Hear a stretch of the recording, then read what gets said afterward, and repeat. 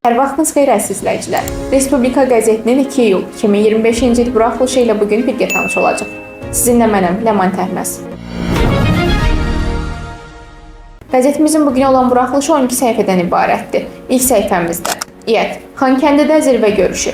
Ölkəmiz ikitərəfli münasibətlər, həm də beynəlxalq təşkilatlar çərçivəsində səmərəli və qarşılıqlı faydalı əməkdaşlıq əlaqələri formalaşdırıb başlıqları ilə yazımız dərc edilib. Azərbaycan iyulun 3-də 4-də Xankəndidə İqtisadi Əməkdaşlıq Təşkilatının 17-ci sammitinə ev sahibliyi edəcək.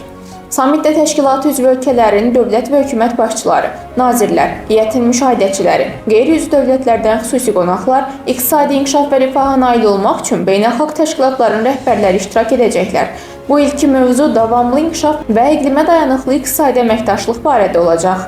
Həmçinin qəzetimizin ilk səhifəsində digər səhifələrdə yer alan yazılarında başlıqları verilib. Azərbaycan Respublikası Prezidentinin sərəncamları, Azərbaycan Respublikası Prezidentinin fərmanı və Azərbaycan Respublikasının qanunları da ikinci səhifəmizdə dərc edilib ki, ətraflı tanış olmaq üçün söz gedən səhifələrimizə nəzər yetirə bilərsiniz. Üçüncü səhifədə isə institusional güc və inteqrasiya strategiyası, diplomatik liderliyin təntənəsi başlığı ilə məqalə yer alıb. Xankəndidə İqtisadi Əməkdaşlıq Təşkilatının 17-ci zirvə görüşünə ev sahibliyi etməsi Azərbaycanın çoxşaxəli siyasi və iqtisadi strategiyasının kulminasiya nöqtələrindən biri kimi çıxış edir. Bu beynəlxalq tədbirin Qarabağın mərkəzində uzun illər işğal altında qalmış Xankəndidə keçirilməsi Azərbaycanın həm siyasi, həm də iqtisadi suverenliyinin təntənəsi olmaqla yanaşı regionun gələcəyinə dair yeni çağırışlara da cavabdır. Rusiya vətəndaşlarından ibarət 2 mütəşəkkil cinayətkar dəstənin üzvləri barəsində həbs qəti imkan tədbiri seçilib. Başlıqlı məlumatda 4-cü səhifədə öz əksini tapıb. Bildirilir ki, İrandan narkotik vasitələrin tranzitində və onlayn dövriyyəsində şübhəli bilinən Rusiya vətəndaşlarından ibarət 2 mütəşəkkil cinayətkar dəstənin üzvləri barəsində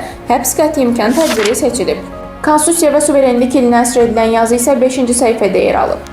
Hüquqi dövlətin möhkəm zəmini. Konstitusiya və suverenlik ilinin tarixi məsuliyyəti başlıqlı məqalədə qeyd olunur ki, 2025-ci ilin Konstitusiya və suverenliyi elan edilməsi, müasir Azərbaycanın dövlətçilik tarixinin hüquqi və siyasi inkişaf mərhələlərinin məntiqi nəticəsi olmaqla suverenliyin möhkəmləndirilməsi və konstitusional hüquq sisteminin dərinləşməsi prosesinin fundamental dönüş nöqtəsini təşkil edir. Qərar hüquqi dövlətin institusional əsaslarının möhkəmləndirilməsi və ali hüquq sənədi olan konstitusiyanın prinsipial əhəmiyyətinin siyasi hüquqi diskursda yenidən aktuallaşdırılması ilə bağlıdır. 2 iyul Azərbaycan Polisi Günü ilə bağlı yazı Dövlətə sədaqət, xalqa şərəfli xidmət salnaməsi başlığı ilə 6-cı səhifəmizdə dərc edilib. Azərbaycan polisinin formalaşması 19-cu əsrin ortalarına təsadüf edir. Şimali Azərbaycanın Çar Rusiyasına birləşdirilməsindən sonra 1840-cı ildə ilk qaza Uyezd polis idarələri yaradıldı. Bu idarələr ilkin mərhələdə Bakı, Gəncə, Şamaxı, Naxçıvan, Quba kimi mühüm mərkəzlərdə fəaliyyətə başladı. Lakin 1992-ci il iyunun 6-sında milis orqanları polis adlandırıldı. Ölkədəki dərin böhran polis orqanlarının fəaliyyətini faktiki olaraq iflic vəziyyətinə salmışdı. Yalnız 1993-cü ildə ümumilli lider Heydər Əliyevin hakimiyyətə qayıdışı ilə ölkədə sabitliyin bərpası və dövlət quruculuğu prosesi başladı.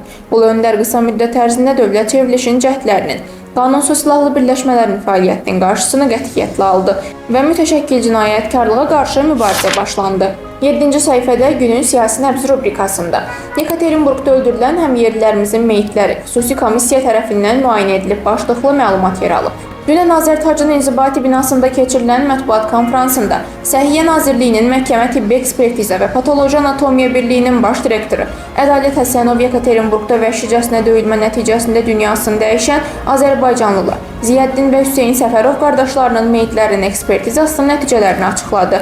İlk olaraq həmyerlilərimizin vəhşicəsinə qətlə yetirilməsi ilə bağlı mərhumların ailə üzvlərinə və bütün Azərbaycan xalqına başsağlığı verən Ədalət Həsənov bildirdi ki, ümid edək ki, bir daha belə hadisələr baş verməz. 8-ci səhifəmizdə günün siyasi nəbz rubrikasında Yekaterinburq hadisələri ilə bağlı yazılar davam etdirilir. Yekaterinburqdan Kremlə uzanan diskriminasiya zənciri başlıqlı məqalədə qeyd olunur ki, Rusiyanın Yekaterinburq şəhərində baş verən hadisələr, qətl və işgəncələr təqsirləndirilən şəxslərə qarşı rəsmi ittiham və ya məhkəmə qərarı olmadan həyata keçirilib. Rusiya hüquq mühafizə orqanlarının Azərbaycan əsilli şəxslərin evlərində vəhşicəsinə reydlər keçirməsi, onları işgəncəyə, ölümə məruz qoyması sadəcə hüquqi normalarının pozulması deyil, etnik təmizləmənin növbəti təzahürüdür. 25 il əvvəl baş vermiş bir cinayətə görə insanların vəhşicəsinə saxlanılması və qeyri-insani rəftarın tətbiqi beynəlxalq hüququn, o cümlədən BMT-nin işgəncələrə qarşı konvensiyasının açıq pozuntusudur. Sülhlə barışmaq istəməyəndə təxribat silaha çevrilir başlığı ilə maraqlı bir yazıda 9-cu səhifədə öz əksini tapıb. Rusiya Ermənistan ərazisindəki parçalanmanı dərinləşdirməklə ölkəni daha asan yönləndirən, zəif və özündən asılı dövlət halına gətirmək istəyir. Məhz bu səbəbdən Ermənistanın Xarici İşlər Naziri Ararat Mirzoyan iyunun 30-da Rusiya Xinin başçısı Sergey Lavrovun Ermənistan hakimiyyəti ilə kilsə arasında qarşıdurma barədə bəyanatını şərh edərkən Rusiyanın Respublikanın daxili işlərinə qarışmamağa çağırıb. 10-cu səhifədə isə sağlam gələcək naminə uğurlu addım başlığı ilə qohum nikahlarının iyulun 1-dən qadağan edilməsi ilə bağlı maraqlı və əhatəli bir yazı yer alıb. Qeyd olunur ki, qohum nikahları, xüsusilə əmi qızı əmioğlu, xala qızı xalaoğlu arasında bağlanan nikahlar bir çox ölkədə həm tibbi, həm hüquqi, həm də sosial baxımdan narahatlıq doğuran ciddi məsələdir. Belə nikahlar nəinki ailə institutunun sağlam şəkildə formalaşmasına, həm də gələcək nəsillərin fiziki və psixoloji rifahına da ciddi mənfi təsir göstərir. Azərbaycan Xarici İşlər Nazirliyi Mixail Shvıdkovun ölkəmizdə Rusiya mədəniyyət tədbirlərinin ləğvi ilə bağlı fikirlərini şərh edib. Azərbaycan soydaşlarımızın qətli ilə əlaqədar Rusiyaya nota verib başlıqları ilə məlumatlarda 11-ci səhifədə yer alır. Ətraflı tanış olmaq üçün söz gedən səhifəmizə baxa bilərsiniz. Qəzetimizin son səhifəsində isə idman daimi zirvələrdə və hava proqnozu yer alır. Beləliklə bizim sizə bugünlük çatdıracaqlarımız da bu qədər idi. Daha çox məlumat almaq üçünsə qəzetimizi izləməyi unutmayın.